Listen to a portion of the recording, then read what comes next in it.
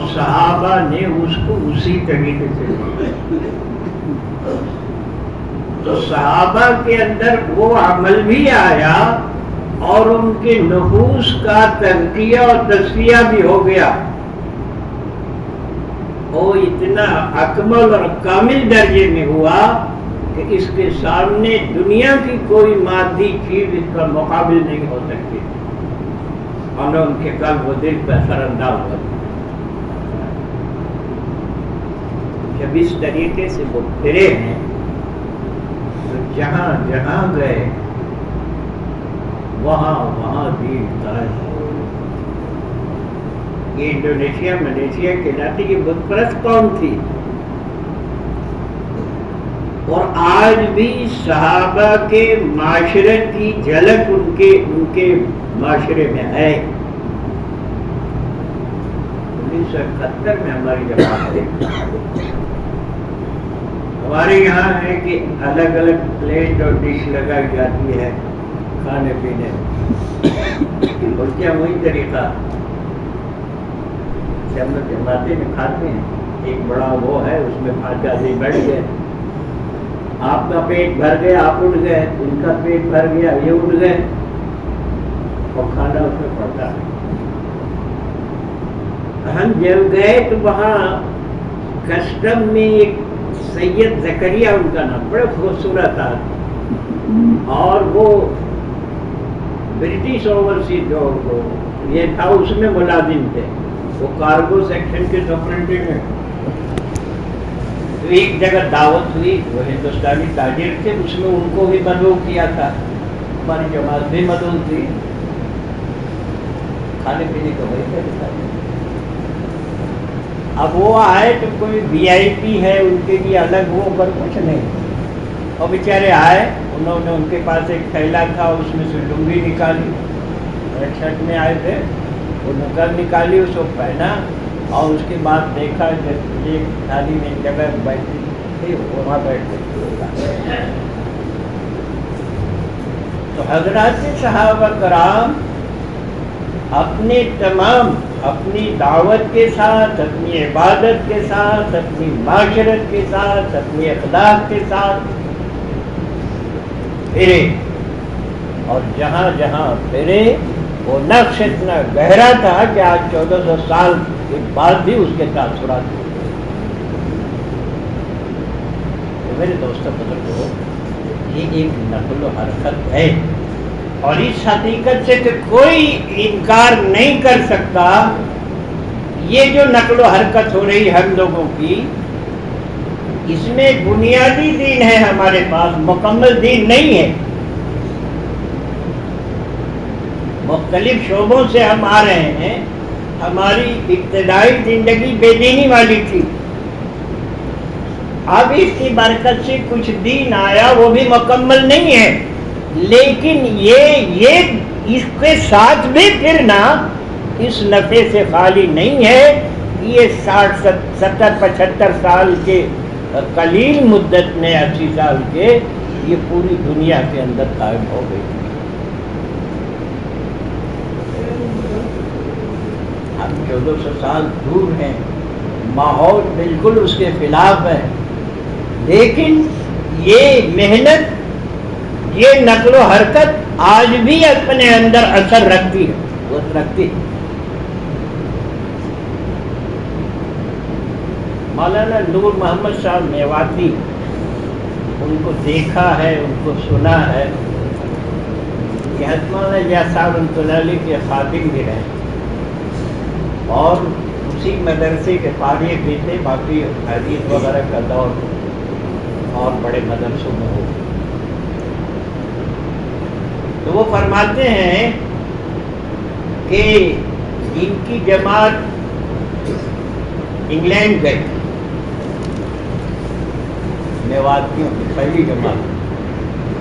اس سے پہلے پہلی جماعت جو انگلینڈ میں گئی تھی, بابو بشیر صاحب جو یہ دری کے تھے, اس ملک میں چلے گئے تھے, ان کی پہلی جماعت گئی.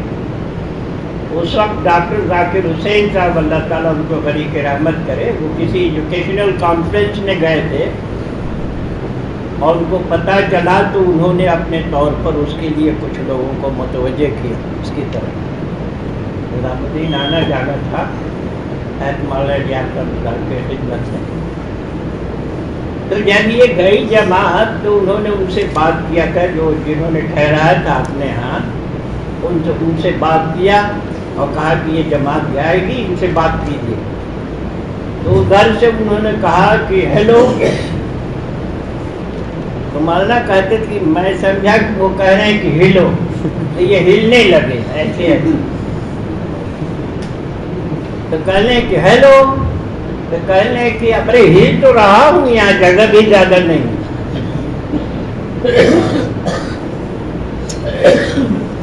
تو جو صاحب خانہ تھا کہا کہ نہیں، وہ یہ کہہ رہے ہیں کہ آپ کہیے کیا کہنا چاہتے ہیں. تب ایسے بات چیت ہو. اس جماعت نے کام کیا، پھر جماعتوں کا سلسلہ ہوا، شروع ہوا.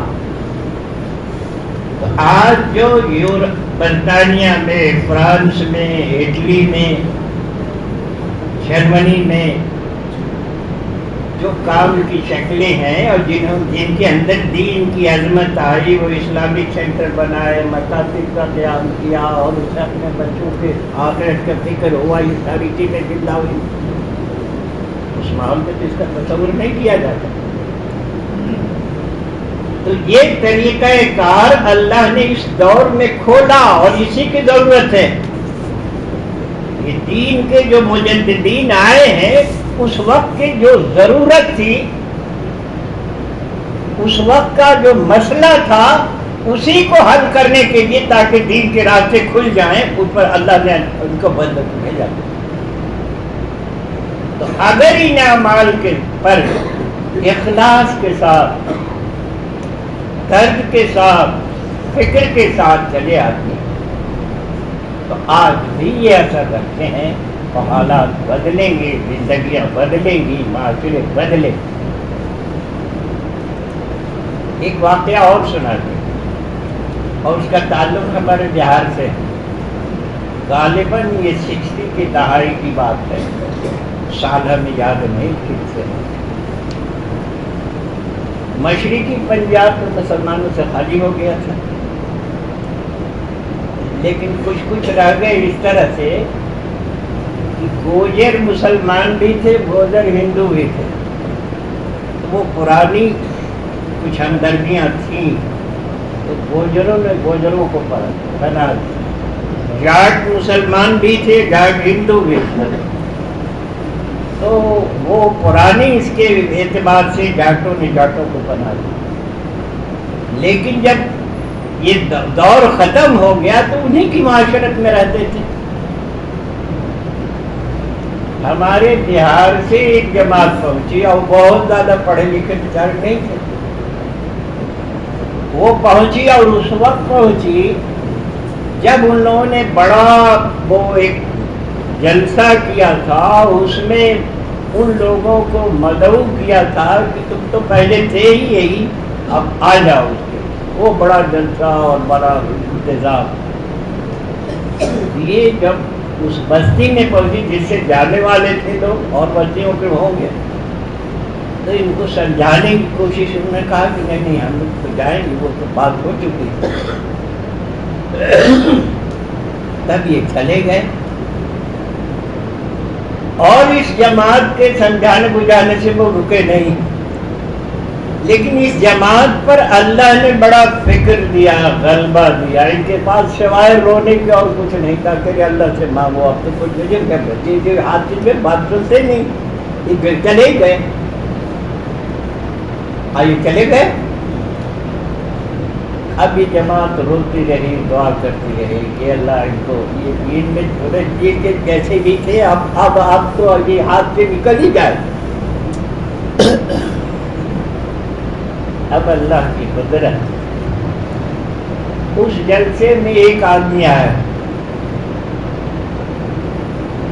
اس نے کھڑا ہو کے کہا کہ یہ تم لوگوں نے اتنا بڑا جلسہ کیا، اسے تو اچھا تھا یہ کوئی ہاسپٹل بناتے، کوئی اور کوئی کام دھرم شالہ بناتے، کوئی بہتر کام کرتے. یہ کیا ہے؟ اس کے لیے اب وہ اس پر بات پر آپس میں انتشار ہو گیا اتنا بڑا کہ وہ سارا وہ جو مزاج تھی وہ ایک دم گڑبڑا گئی.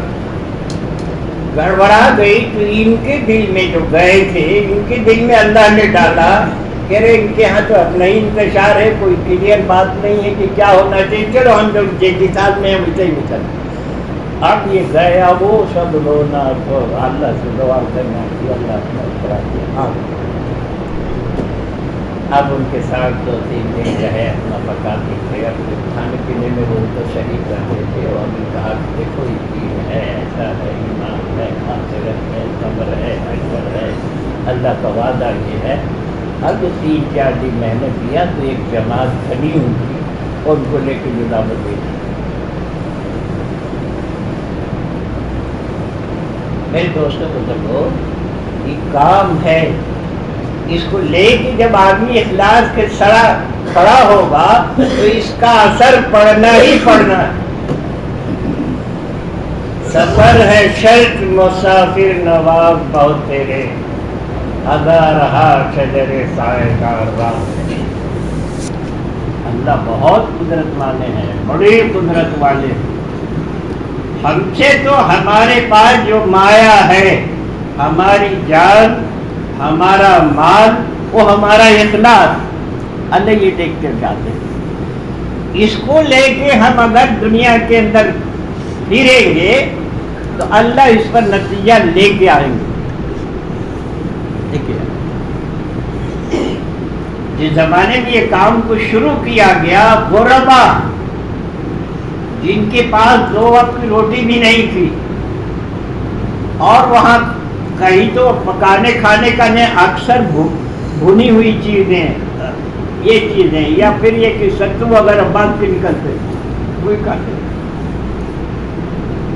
لیکن دھیرے دھیرے یہ ابتدا بنی. اخلاص ہر زمانے کرتے. اگر اخلاص نہیں ہوگا تو یہ حال جو آیا ہے ہمارے اوپر یہ ہوگا. اخلاص ہر حال میں اگر قائم رہے گا تو اس پر اثرات مرتب ہوں. مولانا شاہ رخ نے فرمایا جب حضور پاک صلی اللہ علیہ وسلم ہجرت کر کے مدینہ منورہ آ گئے, ایک معاشرت قائم ہو گئی, تو اب آپ نے مستقل جماعتوں کو نکالا.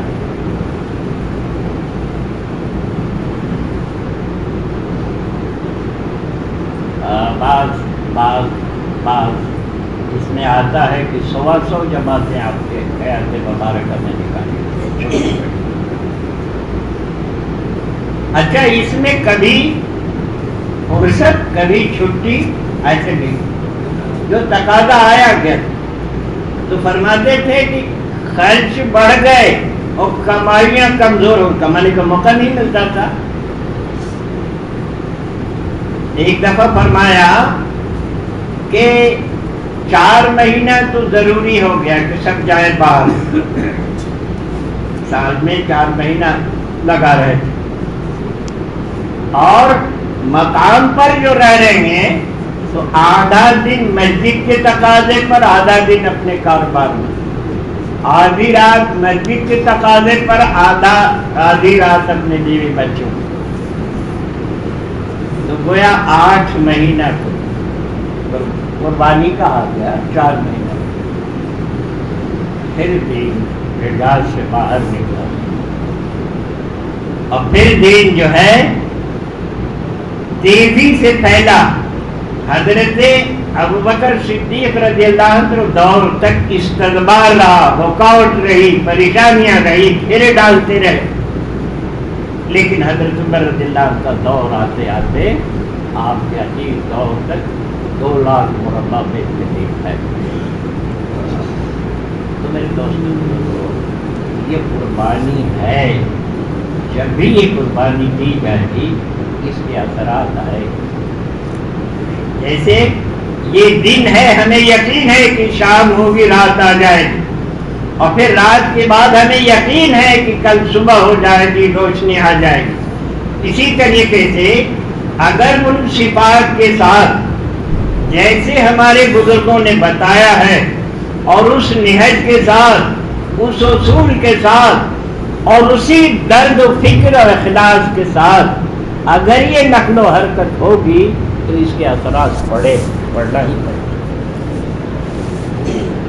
اس لیے میرے محترم بزرگ و بھائیوں، ہم یہ کام کر رہا ہے.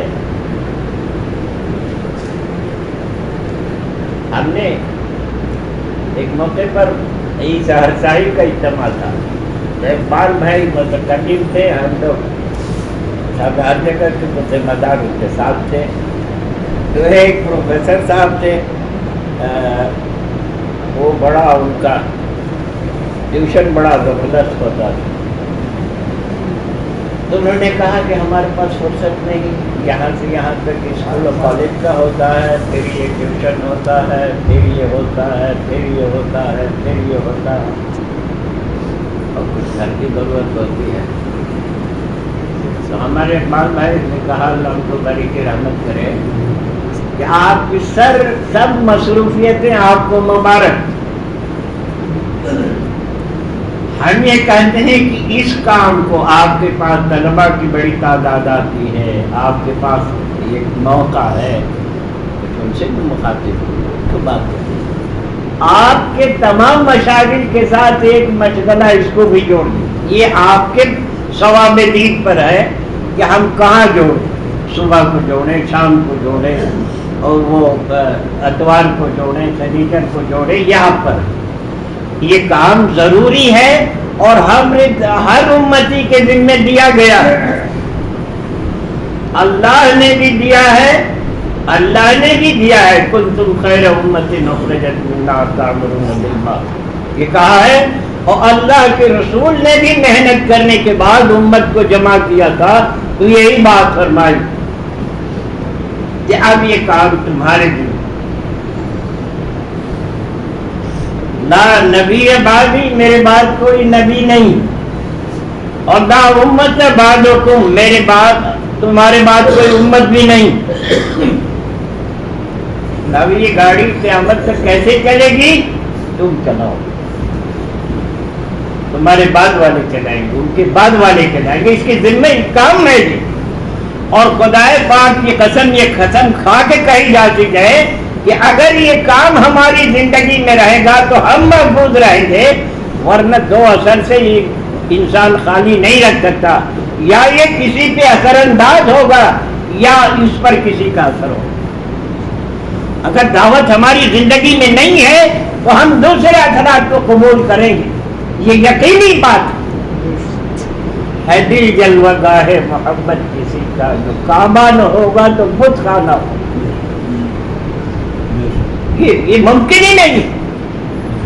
اگر دعوت ہے، دین ہے ہماری زندگی میں اور ہم اس کو لے کے پھر رہے ہیں تو اللہ رب العزت اس سے ہماری بھی حفاظت فرمائے گا اور امت کی بھی حفاظت فرمائے گا. اور اگر دین نہیں ہے تو جو الحاد اور بے دینی کے اور کفر کے اور بے حیائی کے اور یہ جو نقشے ہمارے چاروں طرف دیکھ رہے ہیں، اس سے ہم کو متاثر ہونا ہی ہو. یہ بات حضرت مولانا الیاس صاحب رحمۃ اللہ پر اللہ نے کھولا کہ اس ترانے میں یہی ضروری ہے. تم داعی رہو گے تو تمہارے اوپر کسی کا بس نہیں چلے. الیکشن ہمارے یہاں تو ہوتا ہے، ہم لوگ متاثر بھی ہو جاتے ہیں. اسی لیے ہے کہ الیکشن کے زمانے میں فکر کے حل کے لیے بات آنے نہیں پڑے تو وہ بھی اس کی نظر ہو جائے گی، اختلاف پڑ جائے گا. سیاسی بات کسی کے ہمدردی کسی کے ساتھ. تو الیکشن کے زمانے میں عوام جو چوراہوں پر ہو، کہیں اور ہو، کہیں ان کے مڈیل پر بیٹھے ہو، اس کو مخاطب کر کے اپنی کمپنی اپنے وہ جماعت کا مینیفیسٹو بیان کرتے ہیں کہ ہماری یہ کر دیں گے، وہ کر دیں گے، سب جھوٹ. لیکن کسی سیاسی جماعت کا جو کنوینسنگ کرنے والا ہوتا ہے، داعی ہوتا ہے، اس کو دوسری تو خود داعی ہے. یہ ہماری نہیں سنیں. عوام کو سناتے ہیں۔ تو اگر ہماری زندگی میں دعوت ہے تو ہم دنیا کی کسی چیز سے متاثر نہیں ہو سکتے، اور اگر یہ نہیں ہے تو ہم خطرے میں ہیں، ہماری نسل خطرے میں ہے، ہماری معاشرت خطرے میں، یہ ساری چیزیں ہیں۔ اس لیے میرا ہم اس کو لیں، ہمارا جان، ہمارا مال، اللہ نے کر دیا کہ ہم نے مومنین کے جان و مال کو جنت کے بدلے میں خرید لیا ہے۔ اللہ نے قرآن کے اندر فرمایا کہ ہم نے خرید لیا ہے، تو یہ کام اسی پہ لگے، اس سے جو بچے تو ہماری ضرورت کے لیے ہے۔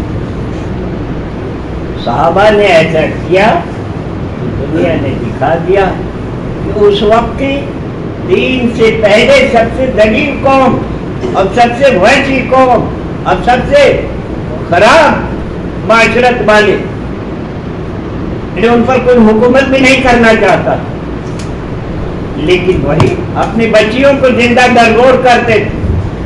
شراب ان کی گھٹی میں پڑی ہوئی تھی، شراب سے ان کی ریاست اور ان کی اسٹیٹس کا پتہ چلتا، جس کے پاس سب سے زیادہ پرانی شراب ہو وہ سب سے معزز سمجھا جاتا۔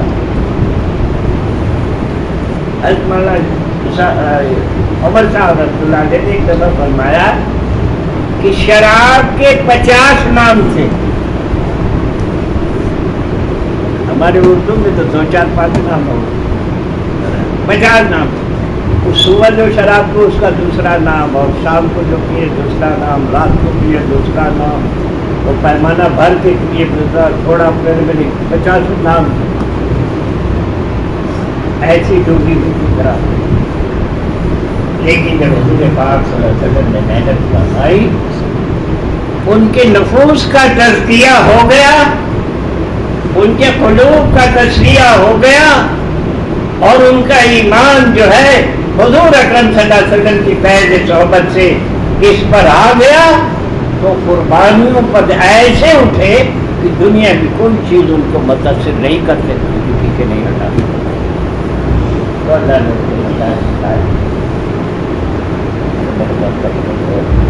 آج بھی وہی ہے، اس دین کو اتارنے والے اللہ وہی ہیں۔ زمانے کا اثرات چیزوں پر، مخلوق پر پڑ سکتی ہے، خدا پہ نہیں پڑتی۔ خدا اپنی پوری قوت اور طاقت کے ساتھ جلوگر ہے اور رہے گا، اور قیامت کے دن اس پوری دنیا کو فنا کر کے نئی دنیا بنائے گا۔ میرے دوستوں کو ہمیں یہ سوچ کر کام کرنا ہے، سوچ کر کام کرنا۔ آج 50,000 1,00,000 خرچے کی جماعت بنتی ہے تو ہم نہیں کرتے، اور یہ شادیات ہوتی ہیں تو 5 لاکھ بھی تھوڑا معلوم ہوتا ہے، معاشرت کو بگڑ گئی ہے۔ لیکن آج کے زمانے میں اگر یہ خرچ کر کے کسی ملک میں اپنے جان و مال کی قربانی سے جاتا ہے تو اللہ رب العزت وہاں دین کو زندہ کرتا ہے۔ ہمارے بس میں یہ تھا، ہم نے یہ کر دیا۔ آدمی تو اتنا کمزور ہے کہ اپنے بیٹے کو صبح شام یہ کہتا ہے کہ بیٹا ایسا مت کرو، بیٹا مان کر لیا، اور اس ملک میں جائے گا وہ وہاں بات کرے گا، اس ملک کی زبان تو کچھ اور ہے، اور ہم اپنے معافی ضمیر کو ہم اپنی زبان میں ادا کر سکتے، اردو میں پڑھیں گے تو ہم اپنی بات کو پوری طریقے سے کریں۔ ہمیں تو انگریزی میں کہنا پڑے تو ہم انگریزی پر ہم کو اتنی قدرت نہیں ہے، اپنے معافی ضمیر کو ہم پورا نہیں ادا کر سکتے۔ اچھا، اب جیسے تیسے وہاں پیغام پہنچایا گیا، وہ ترجمہ کیا، اس کو پہنچایا، کون سی طاقت ہے کہ اس کو وہاں سے اٹھاتی ہے اور ہزاروں میل کا سفر کراتی ہے؟ یہاں کا معاشرت الگ، یہاں کا کھانا پینا الگ، یہاں کا اٹھنا بیٹھنا الگ، یہاں کے موسم الگ،